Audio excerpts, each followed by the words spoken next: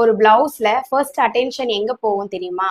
Neck பேட்டர்ன்ல தான். So ஒரு நல்ல நெக் பேட்டர்னை நீங்க கொடுத்தீங்க அப்படின்னா உங்களோட டோட்டல் பிளவுஸோட லுக்கே டிஃப்ரெண்டா இருக்கும். இந்த மாதிரி ஒரு பியூட்டிஃபுல் நெக் மாத்திரம் இல்லாம நம்மளோட கோர்ஸ்ல 20+ நெக் பேட்டர்ன்ஸ் வந்து சொல்லி கொடுக்குறோம். அண்ட் இதுல வந்து எப்படி ப்ரொஃபஷனல் மெத்தட்ல பேட்டர்ன் ட்ரா பண்ணி கட் பண்ணி ஸ்டிச் பண்றது இது எல்லாமே உங்களுக்கு ஸ்டெப்பா கைட் பண்ணியிருக்கோம்.